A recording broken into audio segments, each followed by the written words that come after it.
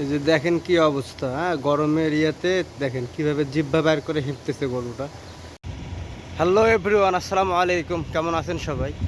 তো আমি এখন যে সময়টাতে ভিডিও বানাচ্ছি, সৌদি আরবের টাইম ঠিক দুপুর 1টা। আর ওয়েদার দেখে তো বুঝতে পারছেন যে সূর্যের কি ঝংকার। তো ভিডিওটি বানানোর এই উদ্দেশ্য এইটাই যে আপনাদেরকে দেখাবো যে দুপুর 1টা বাজে আমরা গরুর খামারে কি করি, সৌদি আরবে গরুর খামারে দুপুর 1টা বাজে আমরা কি করি সেই বিষয়টা আপনাদেরকে দেখাবো।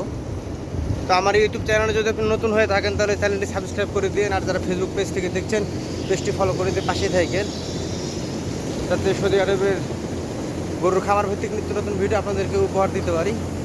তো এখানে মূল কাহিনী হচ্ছে দুপুরবেলা আমরা খামারে কি করতেছি। দুপুরবেলা খামারে কাজটা হচ্ছে আমাদের যত গরু আছে, হ্যাঁ যত গরু দেখতে পাচ্ছেন আপনারা, ঠিক আছে, সবগুলো গরু আমাদেরকে কি করতে হয়, চেক করতে হয় দুপুরবেলা। কারণ আমরা সবাই জানি কম বেশি, হ্যাঁ এটা তো না জানার কিছু না, যে সকালের টাইমটা বা বিকেলের টাইমটা, এই দুই টাইমের চাইতে দুপুরের যে টাইমটা সেই টাইমটা কিন্তু গরম প্রচণ্ড বেশি পড়ে। আর এই গরমে ফলে গরু যাতে স্টক করে মারা না যায় সেই জিনিসটা আমাদেরকে প্রতিনিয়ত চেক করতে হয়। হ্যাঁ এখানে সেফটি লোক আছে, দেখা যাচ্ছে আমি আসছি এখন, এরপরে হয়তো বা আবার অন্য কেউ আসবে, বা আমার আগে হয়তো বা অন্য কেউ ছিল, ওরা হয়তো চেক করে গেছে। আপনাদেরকে একটা জিনিস দেখাই আমি, তাহলে তো বুঝতে পারবেন যে কি পরিমাণে গরম পড়তেছে সৌদি আরবে, যার ফলে কাজগুলো করা আছে। এই যে দেখেন, জানি না কথা আমার কতটুকু ক্লিয়ার বুঝতে পারছেন, কতগুলো ফ্যানের লাইনের ব্যবস্থা করা আছে। হ্যাঁ প্রত্যেকটাতে আপনার ফ্যান লাগানো আছে, এবং প্রতিটা ঘরে ঘরে কিন্তু ফ্যান লাগানো আছে।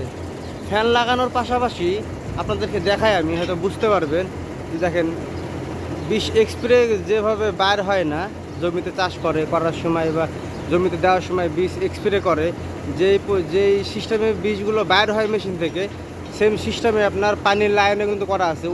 ওই সেম সিস্টেমে কিন্তু আপনার পানি পড়তেছে। এই পানির লাইনটা করার কারণ একটাই, যে আপনার এই যে এখানকার যে আবহাওয়াটা, এই আবহাওয়াটা আপনার ঠান্ডা রাখবে, বেশি পরিমাণে অতিরিক্ত পরিমাণে গরম হতে দিবে না। এর কারণে এই টেকনিকগুলো অবলম্বন করা আছে। এখন হয়তো বা বলতে পারেন যে গরু তো সব ভালোই আছে, গরু সব শুয়ে আছে। তো এখনও আপনার দেখা যাচ্ছে ওই পরিমাণে, যে পরিমাণে গরমটা পড়লে বেশি ক্ষতি হয়, ওই গরমটা এখনও পড়েনি, তবে পড়বে সামনে হয়তো বা কিছুদিন পরের থেকে। তারপরে এখন যে গরমটা পড়তেছে সৌদি আরবে, এটাও অতিরিক্ত বলাই চলে। আমি আপনাদেরকে দেখাই যে গরু গরু বা বকনা গাভী বা বড় গাভীগুলো কীরকম করে জিহ্বা বের করে হিঁপতেছে, দেখাইলে হয়তো বা বুঝতে পারবেন যে কী পরিমাণে গরম পড়তেছে এখন সৌদি আরবে।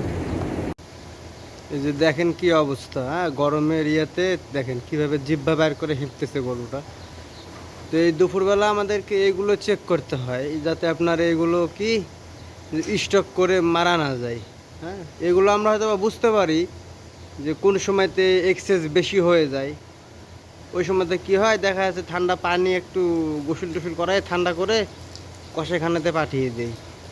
এর জন্য প্রতিনিয়ত আমাদেরকে দুপুরবেলা গরুগুলো চেক করতে হয়, যাতে করে গরমের ইয়েতে আপনার গরু স্টক না করে। এইটার আগে যে গরুটা আপনাদেরকে দেখালাম ওইটা ছিল বকনা বাছুর গরু। ওই ঘরটাতে দেখা যাচ্ছে আপনার 2-3টা গরু ওরকম জিভ ব্যবহার করে হিঁপতেছিল।